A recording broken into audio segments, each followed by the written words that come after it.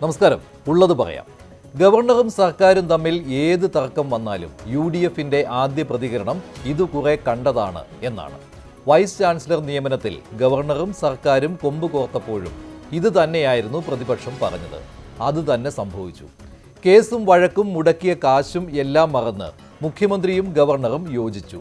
ഇളിഭ്യരായത് doctor Ciza തോമസിനെ സർവകലാശാലയിൽ കാലുകുത്തിക്കില്ലെന്ന് ശപഥം ചെയ്തിരുന്ന SFI കുട്ടികൾ.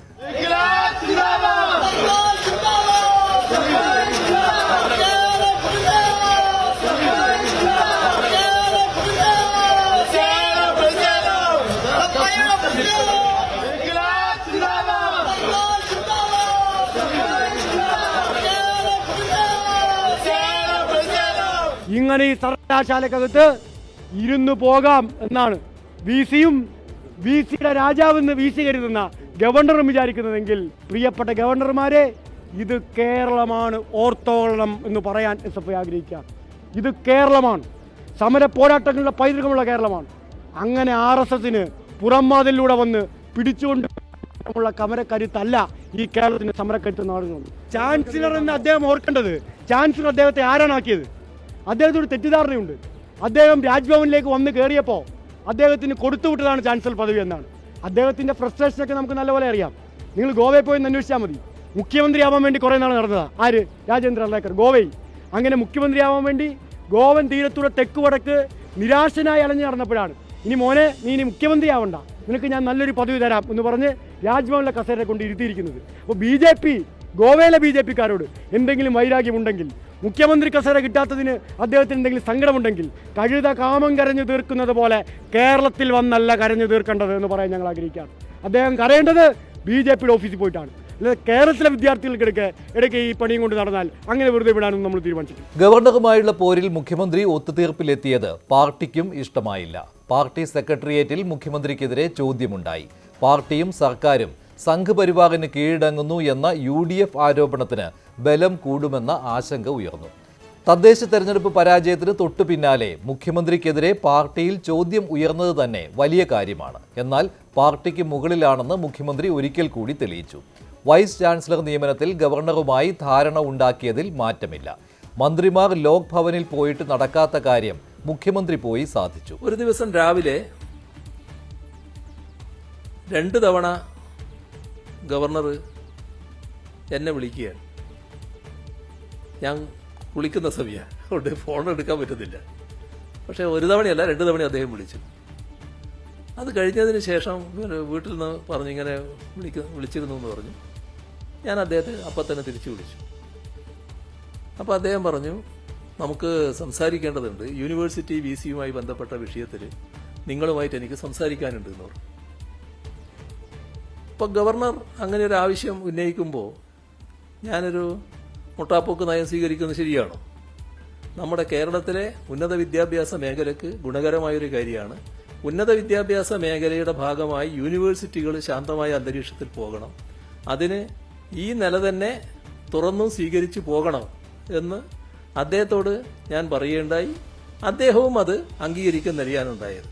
അത് മെറിറ്റ് അടിസ്ഥാനത്തിൽ നമുക്ക് കാര്യങ്ങൾ നീക്കാം എന്ന് തന്നെ പറയുന്ന നിലയുണ്ടായി. അങ്ങനെയാണത് അവസാനിച്ചത്. ഇനി ഒരു കാര്യവും ഇപ്പോൾ പറയാൻ ഉദ്ദേശിക്കുന്നില്ല. ബാക്കി കാര്യങ്ങൾ പിന്നീട് നമുക്ക് പറയാം. സർക്കാരിന് ഇഷ്ടമില്ലാത്ത ഡോക്ടർ സിസ തോമസിനെയും ഗവർണർക്ക് ഇഷ്ടമല്ലാത്ത സജി ഗോപിനാഥിനെയും പരസ്പരം ഇഷ്ടപ്പെട്ട് വൈസ് ചാൻസലർമാരാക്കി. ഡോക്ടർ സിസ തോമസിനെ സാങ്കേതിക സർവകലാശാല വൈസ് ചാൻസലർ ആക്കിയത് CPMന് ചിന്തിക്കാൻ പോലും ആകാത്തതാണ്. ആരിഫ് മുഹമ്മദ് ഖാൻ ഗവർണറായിരിക്കെ താൽക്കാലിക VC ആയി നിയമിച്ച സിസ തോമസ് സംസ്ഥാന സർക്കാരിൻ്റെ താൽപ്പര്യത്തിന് വിരുദ്ധമായി ആ പദവി ഏറ്റെടുത്തത് മുതൽ CPMന്റെയും അവരുടെ യുവജന വിദ്യാർത്ഥി സംഘടനയുടെയും കണ്ണിലെ കരടാണ്. ആ വ്യക്തി അതേ സർവകലാശാലയിൽ വന്ന് ചുമതല ഏറ്റെടുത്തത് പാർട്ടിയെയും SFIയെയും പരിഹാസ്യരാക്കി. പകരം സജി ഗോപിനാഥിനെ ഡിജിറ്റൽ VC ആക്കാൻ ഗവർണർ സമ്മതിച്ചെന്ന ന്യായം ഈ ക്ഷീണം മാറ്റാൻ ഉതകുന്നതല്ല. സുപ്രീം കോടതിയുടെ ഇടപെടൽ കൂടി വിശദീകരിച്ച് പാർട്ടിയിലെ ചോദ്യം മുഖ്യമന്ത്രി പ്രതിരോധിച്ചു. സാങ്കേതിക സർവകലാശാലയും ഡിജിറ്റൽ സർവകലാശാലയും വൈസ് ചാൻസലർമാർക്കെതിരായിട്ട് മുഖ്യമന്ത്രിയും ഗവർണറും കൊടുത്ത പരാതികൾ, ആരോപണങ്ങൾ എന്തുകൊണ്ട് ഇത് ആവിയായി പോയി? അതൊക്കെ ആവിയായിപ്പോയി. പെട്ടെന്ന് 19-ാം തീയതി സുപ്രീം കോടതി ഫൈനലായിട്ട് തീരുമാനിക്കാൻ വരുന്ന മുമ്പേ പെട്ടെന്ന് ഒന്നിച്ചിരുന്ന് ആവിയായിപ്പോയി. അന്തർധാരയുടെ ഭാഗം തന്നെയല്ലേ ഇതും. മുകളിൽ നിന്ന് ഡയറക്ഷൻ കിട്ടിയിട്ടുണ്ടാവുമല്ലേ ഇത് തീർക്കാൻ? ഇതെങ്ങനെയും തീർക്കാൻ സുപ്രീം കോടതിയുടെ മുമ്പിൽ വീണ്ടും പോകുന്നതിന് മുമ്പേ ഇത് ക്ലിയർ അല്ലേ? ഇത് ക്ലിയറാണ് അന്തർധാര. അപ്പോൾ മനസ്സിലാക്കേണ്ടത് ഇതിനകത്ത് ഒറ്റ കാര്യമുള്ളൂ, ജനങ്ങളെ അവർ വിഡ്ഢികളാക്കണം. കാരണം ഇതിനകത്ത് വേറൊരു പോയിന്റ് ഉള്ളത്, ഗവർണറെ പോലുള്ള ഒരാൾ ആക്ഷേപം ഉന്നയിക്കുന്ന ഒരാളെ, അതും കൃത്യമായിട്ട് പരാതി പറഞ്ഞ ആക്ഷേപം ഉന്നയിക്കുന്ന ആളെ വീണ്ടും നിയമിക്കാൻ ഗവർണർ കൂട്ടുനിൽക്കുകയാണ് ഭരണഘടനാ തലവൻ. മുഖ്യമന്ത്രി അതുപോലെ തന്നെ ഡൽഹിയിൽ ചെന്ന് നിൽക്കുകയാണ്. അമിത്ഷായും നരേന്ദ്രമോദി എവിടെ ഒപ്പിടാൻ പറയാലും അവിടെ ഒപ്പിടും. പോളിറ്റ് ബ്യൂറോ അറിഞ്ഞിട്ടില്ല, സെക്രട്ടേറിയറ്റ് അറിഞ്ഞിട്ടില്ല, ക്യാബിനറ്റ് അറിഞ്ഞിട്ടില്ല, സ്റ്റേറ്റ് കമ്മിറ്റി അറിയാതെ ആ PMCയിൽ ഒപ്പുവെച്ച് എന്നിട്ട് ക്യാബിനറ്റിൽ വന്നിരുന്നിട്ട് ആ പാവൻ രാജനും 4 CPI മന്ത്രിമാരും ഒരിക്കലും ഒപ്പുവെക്കരുത് എന്ന് പറയുമ്പോൾ ഒപ്പുവെച്ചിട്ട് വന്നിരിക്കുന്ന കാര്യം പോലും പറയാതെ അവരെ പറ്റിച്ച ആളാണ്. ആദ്യം CPM പറയട്ടെ. പിണറായി വിജയനും അതോടൊപ്പം തന്നെ MV ഗോവിന്ദൻ മാസ്റ്ററും ഗവർണറെ താലോലിക്കുകയും പിന്തുണയ്ക്കുകയല്ലേ ചെയ്യുന്നത്. ഞങ്ങളെ അങ്ങ് വിട്. ഞങ്ങൾ ഇതിനൊക്കെ നേരത്തെ എതിരാണ്. നേരത്തെയുള്ള ഗവർണറുടെ കാര്യത്തിലും ഈ ഗവർണറുടെ കാര്യത്തിലും ഒന്നും ഞങ്ങൾക്ക് വ്യത്യസ്ത അഭിപ്രായമില്ല. ഗവർണർ എന്ന് പറയുന്നത് BJPയുടെ ഒരു ഏജന്റിനെ പോലെയാണ് പ്രവർത്തിക്കുന്നത്. പ്രതിപക്ഷം വിടാൻ തയ്യാറായിട്ടില്ല. സംഘ് പരിവാർ CPM ഒത്തുതീർപ്പ് ആരോപണം കൂടുതൽ ബലപ്പെടുത്തും. ചോദ്യങ്ങൾ പലതാണ്. മുഖ്യമന്ത്രി ലോക് ഭവനിൽ പോയി ഇങ്ങനെയൊരു കൂടിക്കാഴ്ചയിൽ എല്ലാം തീരുമായിരുന്നുവെങ്കിൽ എന്തിന് ഇത്രയും കാലം വലിച്ചു നീട്ടി? എന്തിന് സുപ്രീം കോടതി വരെ കേസ് വാദിച്ച് ലക്ഷങ്ങൾ പൊടിച്ചു? എന്തിന് സെർച്ച് കമ്മിറ്റിക്കായി ഇത്രയും പണം മുടക്കി? ഒടുവിൽ സംഘ് പരിവാറിന് മുന്നിൽ മുട്ടുമടക്കി. പ്രതിപക്ഷ ആരോപണത്തിന് ബലം നൽകി പാർട്ടി സെക്രട്ടേറിയറ്റിലെ ചോദ്യങ്ങൾ. PM ശ്രീയിലെ അതേ അന്തർധാര VC നിയമനത്തിലും. PM ശ്രീയിൽ തിരുത്തൽ ശക്തിയായി CPIക്ക് വരേണ്ടി വന്നു. ഇവിടെ ഘടകകക്ഷികളിൽ നിന്ന് എതിർപ്പുണ്ടാകാത്തത് ഉന്നത വിദ്യാഭ്യാസ കേന്ദ്രങ്ങളെ ഇനിയും തർക്ക കേന്ദ്രങ്ങളാക്കേണ്ട എന്ന ഉദ്ദേശത്തിലാണ്. PM ശ്രീയിൽ CPI ഉന്നയിച്ച അതേ കാര്യമാണ് VC നിയമനത്തിൽ പാർട്ടി സെക്രട്ടേറിയറ്റിൽ ഉയർന്നു വന്നത്. പ്രത്യേക സാഹചര്യത്തിൽ എടുക്കേണ്ടി വന്ന തീരുമാനമെന്ന ഒറ്റ വാചകത്തിൽ മുഖ്യമന്ത്രി ആ ചോദ്യങ്ങൾ അവസാനിപ്പിച്ചു എന്ന് മാത്രം.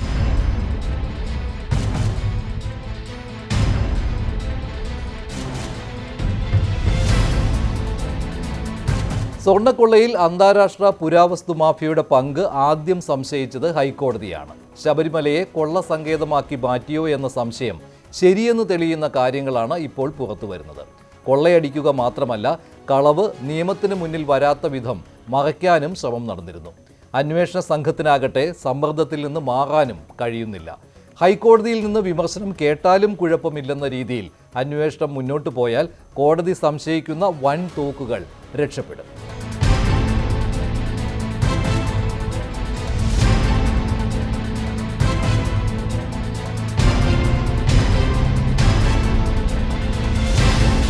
പ്രത്യേക അന്വേഷണ സംഘം അറസ്റ്റ് ചെയ്ത പങ്കജ് ഭണ്ഡാരിയും ഗോവർദ്ധനും ചെറിയ പുള്ളികളല്ല. സ്വർണം പൂശലിൻ്റെയും സ്പോൺസർഷിപ്പിൻ്റെയും മറവിൽ സന്നിധാനത്ത് വിലസിയവരാണ്. ദ്വാരപാലക ശില്പത്തിലെ സ്വർണ്ണപ്പാളികൾ, സ്വർണം പൊതിഞ്ഞ കതക്, കട്ടിളപ്പാളികളിലെ സ്വർണം എല്ലാം ചെമ്പെന്ന് വരുത്തി തീർത്തവർ ഉരുപ്പടികൾ എത്തിച്ചു കൊടുത്തത് പങ്കജ് ഭണ്ഡാരിക്കാണ്. ഓർക്കേണ്ട കാര്യം, തൊട്ടു മുൻപത്തെ Thiruvithamkoor Devaswom board president PS Prashanth പറഞ്ഞ കാര്യം ഓർക്കുക. സ്വർണ്ണപ്പാളികൾ ചെന്നൈയിലെ സ്മാർട്ട് ക്രിയേഷൻസിന് കൊടുത്തുവിട്ടതല്ല, ഞങ്ങൾ കൊണ്ടുകൊടുത്തതാണ്. അതിന് ദേവസ്വം ബോർഡ് ജീവനക്കാരും ഒപ്പം പോയി എന്നാണ്. അതേ സ്മാർട്ട് ക്രിയേഷൻസ് CEOയാണ് പങ്കജ് ഭണ്ഡാരി. ഇപ്പോൾ അറസ്റ്റിൽ. 2019 മാത്രമല്ല, ഈ വർഷവും തട്ടിപ്പ് തുടർന്നെന്ന് ഉറപ്പ്. ഒടുവിൽ ഹൈക്കോടതി ഇടപെട്ടാണല്ലോ ദ്വാരപാലക ശില്പത്തിലെ സ്വർണ്ണപ്പാളികൾ തിരിച്ചെത്തിച്ചത്. കുറച്ച് ഗ്രാം സ്വർണം കൂടുതൽ പൂശിയെന്ന് പറഞ്ഞ് PS പ്രശാന്ത് കൈയൊഴിഞ്ഞു. ഇതേ വാദമാണ് ജാമ്യം കിട്ടാൻ സ്വർണ്ണ വ്യാപാരി ഗോവർദ്ധനും പറയുന്നത്. ഹൈക്കോടതിയുടെ മേൽനോട്ടത്തിലുള്ള അന്വേഷണം തദ്ദേശ തെരഞ്ഞെടുപ്പ് സമയത്ത് എന്തുകൊണ്ട് മെല്ലെയായി? ഗുരുതരമായ ആരോപണം ഉന്നയിക്കുകയാണ്. മുഖ്യമന്ത്രിയുടെ ഓഫീസ് വഴി 2 മുതിർന്ന IPS ഉദ്യോഗസ്ഥന്മാർ വലിയ സമ്മർദ്ദമാണ് SITയുടെ മീതെ ചെലുത്തുന്നത്. മുതിർന്ന 2 IPS ഉദ്യോഗസ്ഥന്മാർ, ഞാനൊരു മര്യാദയുടെ പേരിൽ അവരുടെ പേരിപ്പോൾ പറയുന്നില്ല, പക്ഷെ ദയവ് ചെയ്ത് അവർ 2 പേരും അവരുടെ പേര് ഞങ്ങളെ കൊണ്ട് പറയിപ്പിക്കരുത്. മുഖ്യമന്ത്രിയുടെ ഓഫീസ് ചുമതലപ്പെടുത്തിയ 2 മുതിർന്ന IPS ഉദ്യോഗസ്ഥർ SITയുടെ മീതെ, SITയിലെ ഉദ്യോഗസ്ഥന്മാർക്ക് മീതെ അനാവശ്യമായ സമ്മർദ്ദം ചെലുത്തുകയും അവരെ സ്വാധീനിക്കാൻ ശ്രമിക്കുകയും ചെയ്യാം. ദയവീത് അവരതിൽ നിന്ന് പിന്മാറണം. കോടതി മാത്രമാണ് ആശ്വാസം. സർക്കാരിന്റെ നിയന്ത്രണത്തിലാണ് കേരളത്തിലെ ആഭ്യന്തര വകുപ്പ്. കോടതി പ്രത്യേക അന്വേഷണ സംഘത്തെ നിയോഗിച്ചത് തന്നെ അത് മനസ്സിലാക്കിക്കൊണ്ടാണ്. എങ്കിൽ പോലും ഞങ്ങൾ പറഞ്ഞിരുന്നു, എങ്കിലും അന്വേഷണ സംഘത്തിന്റെ മുകളിൽ നിയന്ത്രണമുണ്ട്, അവരുടെ കൈകൾ കെട്ടപ്പെട്ടിരിക്കുന്നു എന്ന് ഞങ്ങൾ പലവട്ടം പറഞ്ഞിട്ടുണ്ട്. യോഗങ്ങളിൽ പറഞ്ഞിട്ടുണ്ട്, മാധ്യമങ്ങളുടെ മുൻപിൽ പറഞ്ഞിട്ടുണ്ട്, ജനങ്ങളോട് പറഞ്ഞിട്ടുണ്ട്, സമരങ്ങൾ സംഘടിപ്പിച്ച് സമരവേദികളിൽ പറഞ്ഞിട്ടുണ്ട്. അന്വേഷണം പൂർണ്ണ തൃപ്തിയാണോ എന്ന നിങ്ങളുടെ ചോദ്യത്തിന് കൃത്യമായ, വ്യക്തമായ, ശക്തമായ ഉത്തരം പറഞ്ഞിട്ടുണ്ട്. പൂർണ്ണ തൃപ്തിയിലല്ല എന്ന് ഞങ്ങൾ പറയുന്നുവെങ്കിൽ ഹൈക്കോടതി അതിനെ അംഗീകരിച്ചിരിക്കുന്നു. ഞങ്ങളുടെ വാദമല്ല, ഇതിലെ സത്യസന്ധമായ വസ്തുതകൾ മനസ്സിലാക്കിയിരിക്കുന്നു. അത് പറയാനുള്ള സാമാന്യബോധം, അത് മനസ്സിലാക്കാനുള്ള സാമാന്യ ബുദ്ധി ഞങ്ങൾക്കുമുണ്ട്. ഞങ്ങളത് ആവർത്തിക്കുകയാണ്. ഈ അന്വേഷണം സർക്കാരിന്റെ നിയന്ത്രണത്തിൽ പോകുന്നത് ശരിയല്ല. അന്ന് ഹൈക്കോടതി കണ്ടത് അല്പമെങ്കിലും അതല്ല ആശ്വാസകരം തന്നെയാണ്. ശബരിമല സ്വർണ്ണക്കൊള്ളയുമായി നടക്കുന്ന അന്വേഷണം ദുർബലപ്പെടുത്താനും അട്ടിമറിക്കാനും സംസ്ഥാന ഗവൺമെന്റ് ശ്രമിക്കുന്നു. കാരണം കോടതിയുടെ നിരീക്ഷണത്തിൽ SIT നല്ല പ്രവർത്തനം മുന്നോട്ട് കൊണ്ടുപോവുകയായിരുന്നു. പക്ഷെ ഇപ്പൊ അന്വേഷണം വളരെ മന്ദഗതിയിലായിട്ടുണ്ട്. അതിന്റെ കാരണം ഗവൺമെന്റിന്റെ ഇടപെടലാണ്. അന്വേഷണം ഇനി CPMന്റെ ഉന്നത നേതൃത്വത്തിലേക്ക്, മുൻ മന്ത്രിമാരിലേക്ക് പോകുന്നു എന്ന് കാണുമ്പോഴാണ് ഗവൺമെന്റിന്റെ ഇടപെടൽ ഉണ്ടായിക്കൊണ്ടിരിക്കുന്നത്.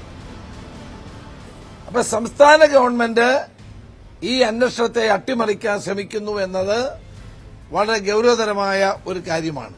ഹൈക്കോടതിയും മെല്ലെപ്പോക്കിനെതിരെ ഉത്തരവിറക്കിയതിനാൽ പ്രതിപക്ഷത്തിന് അത് ആയുധമായിട്ടുണ്ട്. തിരുവിതാംകൂർ ദേവസ്വം ബോർഡിന്റെ തലപ്പത്ത് സ്വർണ്ണക്കൊള്ള നടന്ന 2019 ഉണ്ടായിരുന്ന പ്രസിഡന്റും കമ്മീഷണറും ജയിലിലായിട്ടും അന്നത്തെ അംഗങ്ങളിലേക്ക് അന്വേഷണം പോകാത്തത് ഹൈക്കോടതി എടുത്തു പറഞ്ഞത് ശ്രദ്ധേയമാണ്. പ്രത്യേക അന്വേഷണ സംഘത്തിന് മേൽ മുഖ്യമന്ത്രിയുടെ ഓഫീസ് വഴി 2 IPS ഓഫീസർമാർ സമ്മർദ്ദം ചെലുത്തുന്നുവെന്ന് VD സതീശൻ ആരോപിക്കുന്നത് ഈ ഇടപെടൽ പുറത്തെത്തിക്കാനാണ്. അതുമായി ബന്ധപ്പെട്ട് കാര്യങ്ങൾ ആകെ പരിശോധിച്ചുകൊണ്ടിരിക്കുന്നത് ഒരു ഹൈക്കോടതി ബെഞ്ചാണ്. ആ ബെഞ്ചിന്റെ മുന്നിലാണ് കേസുമായി ബന്ധപ്പെട്ട ഡീറ്റെയിൽസ് എല്ലാം ഉള്ളത്. അവരാണ് ഈ അന്വേഷണ സംഘത്തെ ഇടക്ക് ബന്ധപ്പെടുകയും കാര്യങ്ങൾ പരിശോധിക്കുകയൊക്കെ ചെയ്യുന്നത്. ഇത് ജാമ്യവുമായിട്ട് ബന്ധപ്പെട്ട ചില കാര്യങ്ങൾ മാത്രം അദ്ദേഹത്തിന്റെ മുന്നിലെത്തിയതാണ്. അന്നേരം അദ്ദേഹം ചില പരാമർശങ്ങൾ നടത്തിയിട്ടുണ്ട്. ആ പരാമർശങ്ങൾ ഏതെങ്കിലും തരത്തിൽ അന്വേഷണ കമ്മീഷനെ ബാധിക്കുന്നൊരു കാര്യമല്ല. കാരണം അന്വേഷണ കമ്മീഷൻ നല്ല കൃത്യതയോടെ, വ്യക്തതയോടെ അന്വേഷിച്ചു പോവുകയാണ്. അതിൽ ഏതെങ്കിലും തരത്തിലുള്ള നെഗറ്റീവായ പരാമർശം ഉണ്ടായി എന്ന് പറയാൻ കഴിയില്ല ഹൈക്കോടതിയുടെ ഭാഗത്ത് നിന്ന്. ഇദ്ദേഹത്തിന്റെ പരാമർശം എങ്ങനെ വന്നു എന്നുള്ളത് ഹൈക്കോടതി പരിശോധിച്ച് നോക്കട്ടെ എന്ന് മാത്രമേ എനിക്ക് പറയാനുള്ളൂ. ഇതൊക്കെ ഒരു കേസാണ്. ആ കേസിന് ആരാണോ തട്ടിപ്പ് നടത്തിയിട്ടുള്ളത്, ആ തട്ടിപ്പുകാർ ഏത് കൂട്ടത്തിൽപ്പെട്ടവരായാലും നിയമത്തിന്റെ കരങ്ങളിൽ പെട്ട് എന്ന നിലപാട് മാത്രമേ സ്വീകരിക്കാറുള്ളൂ. മുഖം നോക്കാതെ തന്നെ നടപടികൾ സ്വീകരിച്ചുകൊണ്ടിരിക്കുക. അറസ്റ്റ് ചെയ്തവരെല്ലാം ജയിലിലുമാണ്. അപ്പോൾ പ്രതിപക്ഷ നേതാവ് പലപ്പോഴും പറയുന്നുണ്ടായിരുന്നു, ഇതിൽ ഉന്നത നേതാക്കന്മാരും ഇതിൽ പങ്കുണ്ട് എന്ന് ആവർത്തിച്ച് പറഞ്ഞുകൊണ്ട് ഇരിക്കുകയാണ്. പങ്കുണ്ടെന്ന് പറയുമ്പോൾ ഒരു ബന്ധമുണ്ട് ഉണ്ടല്ലോ, ഒരു ഒരു ഒരു ഒരു വ്യക്തിയുമായിട്ടുള്ള അടുപ്പമാണല്ലോ പല കാര്യങ്ങളും അവരെ അറിഞ്ഞുകൊണ്ട് ചെയ്യുന്നു. അടുപ്പമാണ് ഏറ്റവും പ്രധാനപ്പെട്ട പ്രശ്നം. പ്രതിയായ ഗോവർദ്ധന്റെ കടയിൽ നിന്ന് ഉരുക്കിയ നിലയിൽ സ്വർണം പോലീസ് കണ്ടെടുത്തിട്ടും കേസ് വഴിതിരിച്ചു വിടാനാണ് പ്രതിപക്ഷം ശ്രമിക്കുന്നത്. VD സതീശൻ, രമേശ് ചെന്നിത്തല എന്തിനാണ് SIT അന്വേഷണത്തെ എതിർക്കുന്നത്? ആരെ സംരക്ഷിക്കാനാണ് ഈ വെപ്രാളം? മാധ്യമങ്ങൾക്ക് മുന്നിൽ തനിക്കൊപ്പം നിൽക്കുന്നവർക്ക് കേസിലെ പ്രതികളുമായുള്ള ബന്ധം എന്താണെന്ന് VD സതീശൻ തുറന്നു പറയണം. ഇതിന് ശബരിമലയുണ്ടായ ഗൌരവമുള്ള കാര്യങ്ങൾ അതിന്റെ ഗൌരവത്തിൽ തന്നെ പൊയ്ക്കോട്ടെ, അതിനൊന്നും ഒരു തടസ്സമില്ല. ശബരിമലയിലെ പുണ്യത്തെ പോലും കച്ചവടമാക്കിയ പാരമ്പര്യമാണ് UDFനുള്ളത്. കള്ളന്മാരെ സംരക്ഷിക്കാൻ എങ്ങനെ ശ്രമിച്ചാലും സത്യം പുറത്തു വരുമെന്നുള്ള കാര്യത്തിൽ യാതൊരു സംശയവുമില്ല. സ്വർണ്ണക്കൊള്ളയുടെ ഭാരം മുഴുവൻ താങ്ങേണ്ടി വരുന്നത് CPM ആണ്. തദ്ദേശ ഭരണ തെരഞ്ഞെടുപ്പിലെ തോൽവി കൂടിയായതോടെ ഭാരം ഇരട്ടിയായി. താത്വിക അവലോകനത്തിലൂടെ MV ഗോവിന്ദൻ മറച്ചുവെക്കാൻ ശ്രമിച്ചാലും ഒളിച്ചു വെക്കാവുന്നതല്ല സ്വർണ്ണക്കൊള്ളയിലൂടെ ഉണ്ടായ പ്രതിച്ഛായ നഷ്ടം.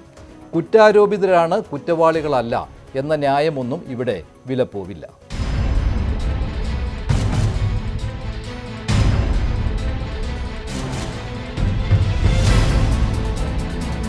പാട്ടിലൂടെ പോലും സ്വർണ്ണക്കൊള്ള പാർട്ടിയെ പേടിപ്പിക്കുമ്പോഴാണ് പിടിവള്ളിയായി സോണിയാഗാന്ധിയുമൊത്തുള്ള ഉണ്ണികൃഷ്ണൻ പോറ്റിയുടെ ഫോട്ടോ CPM ആയുധമാക്കുന്നത്. ഈ പോറ്റി സ്വർണം വിറ്റു എന്ന് ഇപ്പൊ കണ്ടെത്തിയിട്ടുള്ള ഗോവർദ്ധൻ, അയാള് ബല്ലാരി സ്വദേശിയായ വ്യാപാരിയാണല്ലോ. ഇവര് രണ്ടാളും സോണിയാഗാന്ധിയുമായി ഒപ്പം നിൽക്കുന്ന ചിത്രമാണ് പുറത്തു വന്നിട്ടുള്ളത്. ഒരു ചിത്രത്തില് ഗോവർദ്ധൻ എന്ന ഈ കേസിലെ പ്രതിയിൽ നിന്ന് സോണിയാഗാന്ധി ഉപഹാരം സ്വീകരിക്കുന്ന നിലയിലാണ് ചിത്രം വന്നിട്ടുള്ളത്. രണ്ടാമത്തെ ചിത്രത്തില് ഈ ഉണ്ണികൃഷ്ണൻ പോറ്റി, ഈ കേസിലെ പ്രതിയായ ഉണ്ണികൃഷ്ണൻ പോറ്റി സോണിയാഗാന്ധിയുടെ കയ്യിൽ എന്തോ കെട്ടിക്കൊടുക്കുന്ന ചിത്രമാണുള്ളത്. അതിന്റെ കൂട്ടത്തിൽ തന്നെ ശബരിമല ഉൾക്കൊള്ളുന്ന പത്തനംതിട്ട MP ആന്റോ ആന്റണി, പത്തനംതിട്ട ജില്ലക്കാരനും നിലവിൽ ആറ്റിങ്ങൽ MPയുമായ അടൂർ പ്രകാശ്, അവര് സോണിയാഗാന്ധിയുടെ ഒപ്പമുണ്ട്. എന്തായാലും ഇതില് സോണിയാഗാന്ധി രാജ്യത്തെ തന്ത്രപ്രധാന സുരക്ഷയുള്ള ഏതാനും ചിലരിൽ ഒരാളാണ്. അവരുടെ അപ്പോയിന്റ്മെന്റ് ലഭിക്കാനുള്ള കാലതാമസത്തെപ്പറ്റി ഒരുപാട് കോൺഗ്രസ് നേതാക്കൾ തന്നെ പരാതി പറഞ്ഞിട്ടുണ്ട്. രാജ്യത്തെ മുൻനിര കോൺഗ്രസ് നേതാക്കൾക്ക് പോലും അപ്പോയിന്റ്മെന്റ് ലഭിക്കൽ എളുപ്പമല്ല, സോണിയാഗാന്ധിയുമായുള്ള അപ്പോയിന്റ്മെന്റ് ലഭിക്കൽ. അങ്ങനെയുള്ള സോണിയാഗാന്ധിയുമായുള്ള അപ്പോയിന്റ്മെന്റ് എങ്ങനെ ഈ സ്വർണ്ണക്കേസിലെ പ്രതികൾക്ക് ലഭിച്ചു? പെട്ടെന്ന് കയറി ചെല്ലാൻ പറ്റുന്നതല്ലോ. സോണിയാഗാന്ധിയുടെ കയ്യിൽ പോറ്റി ചരട് കെട്ടിക്കൊടുത്തതും അടുത്ത് ആന്റോ ആന്റണി MP നിൽക്കുന്നതും തട്ടിപ്പുകാരന്റെ കോൺഗ്രസ് ബന്ധമെന്ന പേരിൽ CPM ഹാൻഡിലുകൾ പ്രചരിപ്പിക്കുന്നു. ലക്ഷ്യം ഒന്നേയുള്ളൂ, സ്വർണ്ണക്കൊള്ളയിൽ നിന്ന് എങ്ങനെയെങ്കിലും തലയൂരണം. A. പത്മകുമാറും N. വാസുവും പാർട്ടിക്കാരല്ലെന്ന് പറഞ്ഞൊഴിയാൻ CPMന് കഴിയില്ല. അപ്പോൾ ഒന്നേയുള്ളൂ വഴി, വിഷയം തിരിക്കുക. PM ശ്രീയിലും വൈസ് ചാൻസലർ നിയമനത്തിലും സംഘപരിവാറിന് കീഴടങ്ങി എന്ന ആരോപണത്തിന് പകരം ലോക്സഭാ സ്പീക്കറുടെ ചായ സൽക്കാരത്തിൽ പ്രിയങ്ക ഗാന്ധിയും MK പ്രേമചന്ദ്രനും പങ്കെടുത്തത് ആയുധമാക്കുന്നതും കാണേണ്ടി വരുന്നു. ഞാൻ സോണിയാഗാന്ധിയെ കാണുവാൻ വേണ്ടി പോയി എന്നുള്ളത് സത്യാവസ്ഥയാണ്. അതിൽ ഈ സ്വർണ്ണക്കൊള്ളയുമായി ഒരു കാട്ടുകള്ളനാണ് എന്നോടൊപ്പം വന്നത് എന്ന് എനിക്ക് അറിയാൻ കഴിഞ്ഞിട്ടില്ല. ഞാൻ ഈ കാട്ടുകള്ളനെ ഈ നേരത്തെ തന്നെ മനസ്സിലാക്കിയിരുന്നു എങ്കിൽ ഞാൻ ഒരു കാരണവശാലും അദ്ദേഹത്തെ അടുപ്പിക്കുകയില്ലായിരുന്നു. മാത്രമല്ല, എൻ്റെ ശ്രദ്ധയിൽ വന്ന ഒരു കാര്യം എന്നുള്ള നിലയിൽ ഞാൻ ശ്രീമതി സോണിയാഗാന്ധിയും ഈ കാര്യങ്ങൾ ഞാൻ ധരിപ്പിക്കുമായിരുന്നു എന്നുള്ളത് എനിക്ക് പറയേണ്ടതായിട്ടുണ്ട്. കൂടിക്കാഴ്ച എന്നാ നടന്നത്? പറ സുഹൃത്തെ, എന്നാ നടന്നത് പറഞ്ഞുതരാ. അപ്പൊ ഞാൻ ചോദിച്ചോട്ടെ, സോണിയാഗാന്ധിയെ കൂടിക്കണ്ടത് കൊണ്ടാണല്ലോ പോറ്റിക്ക് ഇത്രയും വലിയ പരിവേഷം കേരള സർക്കാർ കൊടുത്തത്. കേരളം ഭരിക്കുന്നത് നിങ്ങൾ, ദേവസ്വം ബോർഡ് ഭരിക്കുന്നത് നിങ്ങൾ. ഈ കാര്യത്തിൽ അയ്യപ്പന്റെ സ്വർണം കവർന്ന 2 പ്രധാനപ്പെട്ട CPM നേതാക്കൾ ജയിലിലാണ്. അവരെ ഇപ്പോഴും CPM സംരക്ഷിക്കുകയും അവർക്കെതിരെ നടപടിയെടുക്കാതിരിക്കുകയും ചെയ്യാം. എന്നിട്ട് അത് മറച്ചു വയ്ക്കാൻ വേണ്ടിയിട്ടാണ് ബഹുമാനപ്പെട്ട മുഖ്യമന്ത്രി, അദ്ദേഹം മുഖ്യമന്ത്രി ആയതിനു ശേഷം നടത്തിയ ഏറ്റവും നിലവാരം കുറഞ്ഞ ഒരു പത്രസമ്മേളനത്തിൽ സോണിയാഗാന്ധിയുടെ കൂടെ പോറ്റിയുടെ ഫോട്ടോ ഉണ്ടെന്നുള്ള ഒരു ആരോപണം ഉന്നയിച്ചത്. ഞാൻ ചോദിക്കട്ടെ, മുഖ്യമന്ത്രിയുടെ കൂടെ ഫോട്ടോ ഉണ്ടല്ലോ, ഞങ്ങൾ മുഖ്യമന്ത്രി സ്വർണ്ണക്കൊള്ളയിലെ പ്രതിയാണെന്ന് ഞങ്ങൾ പറഞ്ഞു. ഇങ്ങനെയുള്ള ആളുകൾ പലരിടത്തും പോയിട്ട് പലരുടെയും ഫോട്ടോ ഉണ്ടാവും. അതല്ലല്ലോ ഇവിടുത്തെ വിഷയം. നമ്മളിപ്പോൾ ഓരോരുത്തരെയും നമ്മൾക്ക് പരിചയപ്പെടുന്നത് അവരുടെ മുഴുവൻ ആൻറ്റിസിഡൻസും പരിശോധിച്ചിട്ടല്ല. ചിലപ്പം ചില ആളുകൾ പരിചയപ്പെടും, എല്ലാവരെയും പരിചയപ്പെടും. ജനപ്രതിനിധികളും രാഷ്ട്രീയ നേതാക്കന്മാരും പലരെയും പരിചയപ്പെടും. അവരുമായിട്ട് ബന്ധപ്പെട്ട് കുറ്റകൃത്യങ്ങളെല്ലാം നിർവഹിച്ചിട്ടുള്ളത് CPMൻ്റെ നേതാക്കളാണ്.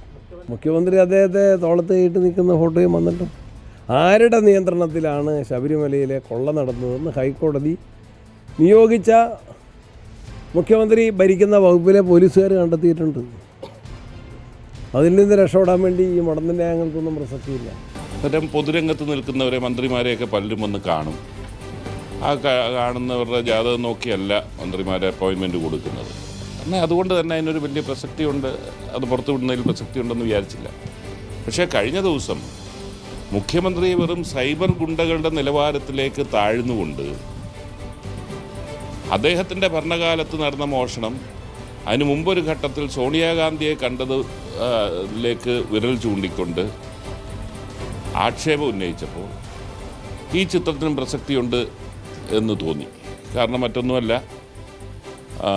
വകുപ്പ് മന്ത്രി മോഷണം നടന്ന കാലയളവിൽ എന്ന് സംശയിക്കുന്ന സാഹചര്യത്തിൽ ആ കാലയളവിൽ ഒരു വിമാനത്താവളത്തിൻ്റെ പുറത്ത് ഒരു പോലീസ് ഉദ്യോഗസ്ഥൻ മറ്റ് 2 പേര്, ആ ഉണ്ണികൃഷ്ണൻ പോറ്റിയടക്കം 4 പേരുമായി ഒരു വട്ടമേശയുടെ ചുറ്റിനും ഇരുന്ന് ചർച്ച ചെയ്യുന്നത് അസ്വാഭാവികമായിട്ടുള്ള കാര്യമായിട്ട് തോന്നി. അതുകൊണ്ട് സോണിയാഗാന്ധിയെ പോയി കണ്ടത് ദുരൂഹമായി തോന്നുന്ന ഒരു മുഖ്യമന്ത്രിക്ക് മോഷണം നടന്ന കാലയളവിൽ ഈ 1-ാം പ്രതിയും മന്ത്രിയും പോലീസ് ഉദ്യോഗസ്ഥനും കൂടെ എന്ത് ചർച്ച ചെയ്തു എന്നുള്ളതിനെക്കുറിച്ച് അന്വേഷിക്കേണ്ടതാണ്. തൊഴിലുറപ്പ് പദ്ധതിയിൽ നിന്ന് മഹാത്മാഗാന്ധിയുടെ പേര് നീക്കിയതിന് പിന്നാലെ ചായ സൽക്കാരത്തിൽ UDF MPമാർ പോയതും പ്രധാനമന്ത്രിയുമായി കുശലം പറഞ്ഞതും അന്തർധാരയല്ലേ എന്ന ചോദ്യം ഉന്നയിച്ചത് John Brittas MP. NK Premachandran അവിടെ പ്രധാനമന്ത്രിയുടെ സൽക്കാരത്തിൽ പോയി പങ്കെടുത്തതിൽ എനിക്ക് യാതൊരു അത്ഭുതമില്ല. സത്യസന്ധമായി പറയട്ടെ, അദ്ദേഹം നിരന്തരമായിട്ട് പ്രധാനമന്ത്രിയുടെ കോലായിലെ കഞ്ഞി വീഴ്ത്തിൽ പങ്കെടുക്കുന്ന ഒരാളാണ് അദ്ദേഹം. മാത്രമല്ല, ഒരു നഴ്സറി കുട്ടി ഇരിക്കുന്ന പോലെ യു ഷുഡ് സ്റ്റഡി ഹാർഡർ എന്നൊക്കെ പറഞ്ഞ് ചില അനുമോദനങ്ങൾ അത് ഏറ്റുവാങ്ങുമ്പോൾ അദ്ദേഹത്തിന് ഒരു പുളവ് ഉണ്ടാകുന്നത് സ്വാഭാവികമാണ്. കഴിയുമെങ്കിൽ RSP എന്നുള്ള പേര് RSS ഇടാൻ വേണ്ടി അദ്ദേഹം ശ്രമിച്ചുകൊണ്ടിരിക്കുന്നു. അദ്ദേഹത്തെ പോലുള്ള ആൾക്കാർ പറയുന്നതിനോടൊന്നും ഞാൻ പ്രതികരിക്കുന്നില്ല. അദ്ദേഹം ഇങ്ങനെ പൊഴുത്തിക്കൊണ്ടിരിക്കുകയാണ്. പക്ഷേ അദ്ദേഹത്തിന് തിരിച്ചൊരു പ്രവർത്തനം വേണമെന്ന് അദ്ദേഹം ആഗ്രഹിക്കുന്നതുകൊണ്ട് മാത്രമാണ് ഞാനിത് പറഞ്ഞത്. കേരളത്തിലെ UDF MPമാർക്ക് ഈ കഴിഞ്ഞ സെഷനിൽ ആകെ 2 പരിപാടി ഉണ്ടായിരുന്നുള്ളൂ. എന്താണ്? ഒന്ന് പാരയും 2 പാരടിയും. ഇതിനെല്ലാം വേറെ എന്തെങ്കിലും പരിപാടി ഉണ്ടാ? പാര ആൻഡ് പാരഡി. ഏത്? പോറ്റി സ്തുതി. നിങ്ങൾ ആരും ചോദിച്ചില്ലല്ലോ. അയ്യപ്പന് പോലും പോറ്റിയെ അറിയുന്നതിന് മുമ്പ് പോറ്റിയെ ഇവിടെ കൊണ്ടുവന്ന് സോണിയാഗാന്ധിയുടെ കയ്യിൽ നൂല് കെട്ടിച്ച വിദ്വാന്മാരാണ് അമ്മമാർ. ഏത്? സർവശക്തിയായിരുന്നു ഒന്ന് സോണിയാഗാന്ധി. എനിക്കൊന്ന് UPയുടെ ചെയർപേഴ്സണായിരുന്നു. പ്രധാനമന്ത്രിയെ കാണാൻ പറ്റും, UPA ചെയർപേഴ്സണെ കാണാൻ പറ്റാത്ത സമയത്ത് ഈ പോറ്റിയെ കൊണ്ടുവന്ന് കയ്യിൽ നൂല് കെട്ടിച്ച വിദ്വാന്മാരാണ് അമ്മമാർ. എന്നിട്ടാണ് അവർ പാർലമെന്റിന് മുമ്പിൽ നിന്ന് ഈ പാരടിപ്പാട്ട് പാടിയത്. അസാമാന്യ തൊലിക്കെട്ടി ഉണ്ടെങ്കിൽ ഇങ്ങനെ ചെയ്യാൻ പറ്റുള്ളൂ.